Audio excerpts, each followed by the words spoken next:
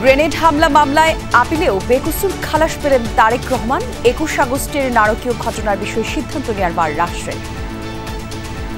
যদি শেখ হাসিনা প্রকৃত অপরাধীদের বিচার চাইতেন তাহলে হয়তো জনাব তারেক রহমান সাহেবকে এই মামলায় অন্তর্ভুক্তি করতেন না।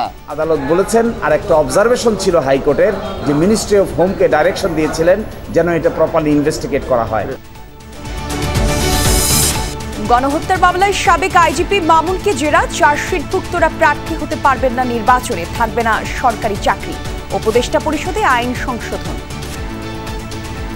নতুন বেসরকারি অংশগ্রহণে নবায়নযোগ্য জ্বালানি নির্ভর বাণিজ্যিক বিদ্যুৎ উৎপাদন ও বিদ্যুৎ কেন্দ্র নীতিমালা ২০২৫ আজকে গৃহীত হল।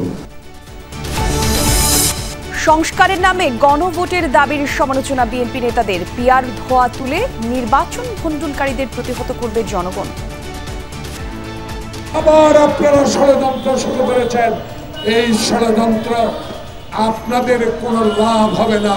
আমাদের এই দাবি না মানলে আমরা নির্বাচন করব না, অথবা আমরা আন্দোলন করব। এটা হচ্ছে অগণতান্ত্রিক, এটা শেখ হাসিনার চিন্তার প্রতিফলন।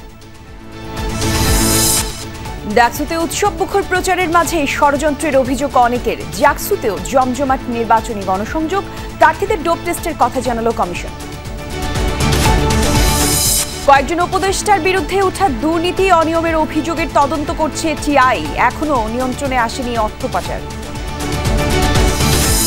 আরাকান আর্মির প্রভাবে সীমান্তে বাড়ছে মাদক অপহরণের মতো অপরাধ। প্রত্যাবাসনে অন্তরায়, বলছেন রোহিঙ্গা নেতারা। কঠোর বার্তা দেওয়ার পরামর্শ বিশ্লেষকদের। তার পেছনে তার ব্যাকআপ ছিল, which is called deterrent effect.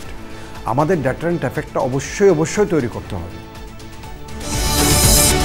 Chittagong Cox's Bazar রুটে 4টি পরিবহনে বাস বন্ধ থাকায় ভোগান্তিতে যাত্রীরা। বেতন ভাতা বৃদ্ধির দাবিতে শ্রমিকদের ৩৬ ঘন্টা কর্মবিরতি।